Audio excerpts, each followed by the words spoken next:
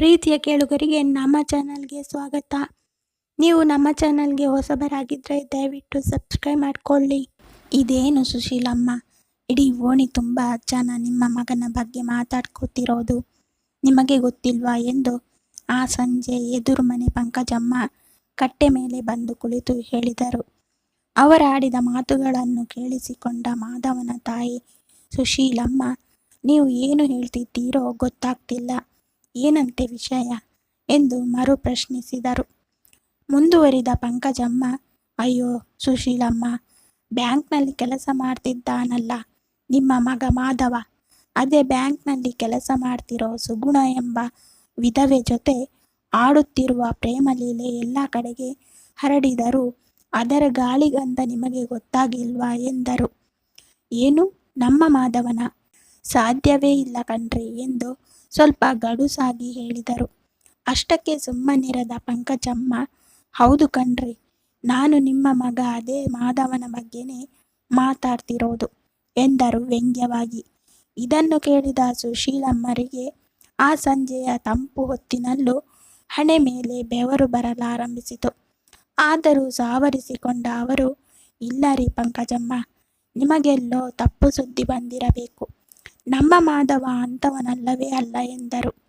ಬೇಕಿದ್ರೆ ನಿಮ್ಮ ಮಗನನ್ನೇ ವಿಚಾರಿಸಿ ಕನ್ಫರ್ಮ್ ಮಾಡಿಕೊಳ್ಳಿ ಎನ್ನುತ್ತಾ ಎದ್ದು ಮನೆಗೆ ಹೊರಟ ಆಕೆ, ಅವಳಿಗೆ 3 ವರ್ಷದ ಮಗನೂ ಇದ್ದಾನಂತೆ ಎಂದು ಒಂದಿಷ್ಟು ಒಗ್ಗರಣೆ ಹಾಕಿಯೇ ಹೋದರು. ಇದರಿಂದ ಬಹಳ ಚಿಂತಿತರಾದ ಸುಶೀಲಮ್ಮ ಮನೆಯೊಳಗೆ ಬಂದು ತಮ್ಮ ರೂಮಿನಲ್ಲಿ ಪೇಪರ್ ಓದುತ್ತಾ ಕುಳಿತಿದ್ದ ಪತಿಯ ಬಳಿ ಹೋದರು. ಪತ್ನಿಯ ಕಳೆಗುಂದಿದ ಮುಖ ಕಂಡ ಅವರು, ಸುಶೀಲಾ, ಏನಾಯ್ತು? ಯಾಕೆ ಮೈಗೆ ಹುಷಾರಿಲ್ವಾ? ಯಾಕೆ ಒಂಥರ ಇದ್ದೀಯಲ್ಲ? ಸ್ವಲ್ಪ ಹೊತ್ತಿಗೆ ಮುಂಚೆ ಚೆನ್ನಾಗಿದ್ದೆ ಅಲ್ಲ, ಏನಾಯಿತು ನಿನಗೆ ಎಂದು ಕಕ್ಕುಲತೆಯಿಂದ ಕೇಳಿದರು. ಸ್ವಲ್ಪ ಹೊತ್ತು ಮೌನವಾಗಿದ್ದ ಸುಶೀಲಮ್ಮ ಎದುರು ಮನೆ ಪಂಕಜಮ್ಮ ಹೇಳಿದ ಮಗನ ವಿಷಯವನ್ನು ಪತಿಗೆ ವಿವರಿಸಿದರು. ನಂತರ, ನಮ್ಮ ಮಗನ ಪ್ರೇಮ ಪುರಾಣದಿಂದಾಗಿ ಬೀದಿಯಲ್ಲಿ ತಲೆ ಎತ್ಕೊಂಡು ಓಡಾಡದ ಹಾಗಾಗಿದೆ. ನಾವು ಮರ್ಯಾದೆ ಗೌರವ ಅಂತ ಎಷ್ಟು ಹೆದರಿ ನಡೀತಿದ್ದೆವೋ ಅದಕ್ಕೆ ತಕ್ಕ ಶಾಸ್ತಿ ಮಾಡಿದ ಕಣ್ರಿ. ಛೇ, ಇಂಥ ವಿಷಯ ಕೇಳೋಕ್ಕಿಂತ ಮೊದಲೇ ಸಾವಾದ್ರೂ ಬರಬಾರದಾಗಿತ್ತಾ? ಅವನಿಗೆ ಏನು ಕಡಿಮೆ ಮಾಡಿದ್ದೆವು ಹೇಳಿ? ಅವನ ಇಚ್ಛೆಯಂತೆ ಒಳ್ಳೆಯ ಶಿಕ್ಷಣ ಕೊಡಿಸಿದೆವು, ಸಂಸ್ಕಾರ ಕೊಟ್ಟೆವು. ಅವನ ಬ್ಯಾಂಕ್ನಲ್ಲಿರುವ ಅದ್ಯಾವುದೋ ವಿಧವೆ ಜೊತೆ ಓಡಾಟ ಶುರು ಮಾಡಿಕೊಂಡಿದ್ದಾನೆ ಅಂತ ಊರೆಲ್ಲ ಸುದ್ದಿ ಹರಡಿದೆ. ಇಲ್ಲ ಇಲ್ಲ, ನಾನಂತೂ ಆ ವಿಧವೆಯನ್ನು ಮನೆ ಸೊಸೆಯಾಗಿ ಒಪ್ಪಿಕೊಳ್ಳುವುದಿಲ್ಲ. ಈಗ ನೀವೇ ಹೇಳ್ರಿ, ನಮ್ಮ ಮಗ ಇಂಥ ತಪ್ಪು ಹೆಜ್ಜೆ ಇಟ್ಟು ನಮ್ಮ ಕುಟುಂಬಕ್ಕೆ ಇಂಥ ಕಲೆ ಅಂಟಿಸುತ್ತಾನೆ ಎಂದು ನಾವು ಕನಸು ಮನಸ್ಸಿನಲ್ಲೂ ತಿಳಿದುಕೊಂಡಿದ್ವಾ ಎಂದು ಒಂದೇ ಸಮಯ ಸಂಕಟ ಉದ್ವೇಗದಿಂದ ಹೇಳಿದರು ಸುಶೀಲ. ನೀನು ಅವರಿವರು ಹೇಳಿದ್ರು ಅಂತ ತಲೆ ಕೆಡಿಸ್ಕೋಬೇಡ, ಮಾಧವ ಮನೆಗೆ ಬರಲಿ, ಅವನೊಂದಿಗೆ ಕುಳಿತು ಮಾತನಾಡೋಣ ಎಂದು ಅವರ ಪತಿ ಆಕೆಯನ್ನು ಸಮಾಧಾನಪಡಿಸಿದರು. ಕಳೆದ 4 ವರ್ಷಗಳ ಹಿಂದೆ ಸುಗುಣಾಳ ಪತಿ ರಾತ್ರಿ ಮಲಗಿದ್ದವನು ಹೃದಯಾಘಾತದಿಂದ ನಿಧನನಾಗಿದ್ದ. ಆತ ಮರಣಿಸಿದ ನಂತರ ಮಾನವೀಯತೆಯ ಆಧಾರದ ಮೇಲೆ ಸುಗುಣಾಳಿಗೆ ಆತ ಕೆಲಸ ಮಾಡುತ್ತಿದ್ದ ಬ್ಯಾಂಕ್ನಲ್ಲಿಯೇ ಕೆಲಸ ಕೊಟ್ಟಿದ್ದರು. ಸುಗುಣಾಳ ಅತ್ತೆ ಮಾವ ಕೂಡ ಮಗ ತೀರಿ ಹೋದ ಕೊರಗಿನಲ್ಲಿ 1 ವರ್ಷದ ಅಂತರದಲ್ಲಿ ಇಬ್ಬರು ತೀರಿ ಹೋದರು.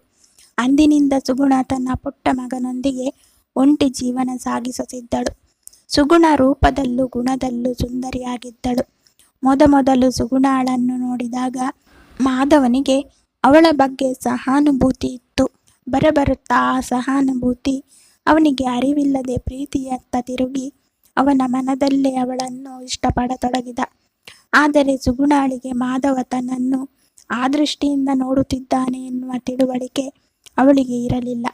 ಹೀಗಾಗಿ ಅವಳು ಅವನೊಂದಿಗೆ ಒಬ್ಬ ಸಹೋದ್ಯೋಗಿ ಮತ್ತು ಮಿತ್ರನಂತೆ ಇರತೊಡಗಿದ್ದಳು. ಆಗಾಗ ಅಪರೂಪಕ್ಕೆ ಎನ್ನುವಂತೆ ಇಬ್ಬರು ಮಧ್ಯಾಹ್ನದ ಊಟಕ್ಕೆ ಕಾಫಿಗೆ ಜೊತೆಯಾಗಿ ಹೊರಗಡೆ ಹೋಗುವುದು ಅಭ್ಯಾಸವಾಯಿತು. ಹೀಗಿರುವಾಗ ಒಂದು ದಿನ ಮಾಧವ ತನ್ನ ಮನದಾಳದ ಪ್ರೀತಿಯನ್ನು ವ್ಯಕ್ತಪಡಿಸಿ ಅವಳನ್ನು ಮದುವೆ ಆಗುವುದಾಗಿ ಹೇಳಿದ್ದ. ಆಗ ಅವನ ಮಾತು ಕೇಳಿಸಿಕೊಂಡ ಸುಗುಣ ಗಾಬರಿಯಿಂದ, ಇಲ್ಲ ಮಾಧವ, ಇದು ಅಸಾಧ್ಯವಾದ ಮಾತು, ನಾನು ವಿಧವೆ, ಇದರ ಬಗ್ಗೆ ನಾನು ಯೋಚನೆ ಕೂಡ ಮಾಡಿಲ್ಲ. ನೀವು ಒಬ್ಬ ವಿಧವೆ ಜೊತೆ ಮದುವೆ ಆಗೋದಾ? ಇಲ್ಲವೇ ಇಲ್ಲ. ಆ ರೀತಿ ಮಾಡಿ ನಿಮಗೆ ಒಂದು ಕಲೆ ಅಂಟಿಸಲು ನಾನು ಇಷ್ಟಪಡಲ್ಲ. ನಾನು ವಿಧವೆ ಅಷ್ಟೇ ಅಲ್ಲ, ಒಂದು ಮಗುವಿನ ತಾಯಿ ಕೂಡ ಆಗಿದ್ದೇನೆ. ಹೀಗಾಗಿ ಇದು ಸಾಧ್ಯವಿಲ್ಲ. ಮಾಧವ, ನಾವಿಬ್ಬರು ಮಿತ್ರರಾಗಿಯೇ ಇರೋಣ ಎಂದು ತನ್ನ ಮನದಾಳದ ಮಾತನ್ನು ಹೇಳಿದಳು. ಅದಕ್ಕೆ ಮಾಧವ, ಏನು ಸುಗುಣ, ಕಲೆ ಅಂದ್ರಲ್ಲ, ಯಾವ ಕಲೆ, ಎಂಥ ಕಲೆ? ಸಮಾಜದಲ್ಲಿ ಒಬ್ಬ ಮಹಿಳೆ ವಿಧವೆ ಆಗುವುದು ಕಲೆಯ? ಒಬ್ಬ ಹೆಣ್ಣು ವಿಧವೆಯಾದ ನಂತರ ಎಲ್ಲರಂತೆ ಜೀವನ ಮಾಡುವುದೇ ಬಿಟ್ಟು ಬಿಡಬೇಕಾ? ಹೇಳಿ ಸುಗುಣ. ಗಂಡಸರಾದ ನಾವು ಈ ರೀತಿ ಚಿಂತೆ ಮಾಡಲ್ಲ, ಜೀವನಕ್ಕೆ ವಿರಾಮ ಕೊಡಲ್ಲ. ಹೀಗಿದ್ದ ಮೇಲೆ ಇದು ಮಹಿಳೆಯರಿಗೆ ಯಾಕಿಲ್ಲ? ಅರ್ಥವೇ ಆಗಲ್ಲ. ಇಲ್ಲ ಸುಗುಣ, ನೀವು ಜೀವನ ನಡೆಸಲೇಬೇಕು, ಆದರೆ ವಿಧವೆ ಆಗಿ ಅಲ್ಲ, ನನ್ನ ಜೀವನ ಸಂಗಾತಿಯಾಗಿ ಎಂದು ಅವಳಿಗೆ ತಿಳಿ ಹೇಳಿದ. ಇಲ್ಲ ಮಾಧವ, ನಿಮಗೆ ಯಾಕೆ ಅರ್ಥ ಆಗ್ತಿಲ್ಲ? ಹಾಗೆ ಮಾಡಿದರೆ ಜನ ಏನಂದುಕೋತಾರೆ ಎಂದು ಸುಗುಣ ಕೇಳಿದಳು. ಜನ? ಯಾವ ಜನ? ನೀವು ಹೇಗೆ ಜೀವನ ಮಾಡ್ತಿದ್ದೀರಿ? ನಿಮಗೇನಾದರೂ ಸಹಾಯ ಬೇಕೆ ಎಂದು ಯಾರಾದರೂ ಈವರೆಗೆ ನಿಮ್ಮನ್ನು ಕೇಳಿದ್ದಾರಾ? ಇಲ್ವಲ್ಲ, ಮತ್ಯಾಕೆ ನಿಮಗೆ ಹಿಂಜರಿಕೆ ಸುಗುಣ ಎಂದು ಅವನು ಕೇಳಿದ. ಭಾವುಕಳಾದ ಸುಗುಣ ಕಣ್ಣೀರು ಸುರಿಸಿ ಕೆಲವು ನಿಮಿಷಗಳ ನಂತರ ಸ್ವಯಂ ಸಂಭಾಳಿಸಿಕೊಂಡಳು. ಅದಾದ ನಂತರ ಅವರ ಪ್ರೀತಿ ಗಟ್ಟಿಯಾಯಿತು. ಅವರ ಪ್ರೀತಿಯ ಸಂಬಂಧದ ವಿಷಯ ಮತ್ತಷ್ಟು ಹರಿದಾಡತೊಡಗಿತ್ತು. ಒಂದು ದಿನ ಮಾಧವ ತನ್ನ ತಾಯಿ ತಂದೆಯರ ಬಳಿ ಯಾವ ಪೀಠಿಕೆ ಇಲ್ಲದೆ ತನ್ನ ಮತ್ತು ಸುಗುಣಾಳ ಪ್ರೀತಿಯ ವಿಚಾರ ಪ್ರಸ್ತಾಪಿಸುತ್ತಾ, ಅಪ್ಪ, ಸುಗುಣಾಳನ್ನು ನೀವು ಸೊಸೆಯನ್ನಾಗಿ ಸ್ವೀಕರಿಸಿದರೆ ಅದು ಅವಮಾನದ ವಿಚಾರವಲ್ಲ, ಬದಲಿಗೆ ಹೆಮ್ಮೆ ಪಡುವ ವಿಚಾರ. ಏಕೆಂದರೆ ಒಬ್ಬ ವಿಧವೆಯ ಕೈ ಹಿಡಿದು ನಿಮ್ಮ ಮಗ ಆಕೆಗೊಂದು ಜೀವನ ನಡೆಸಲು ಅಧಿಕಾರ ಕೊಡುತ್ತಾನೆ ಎಂದು.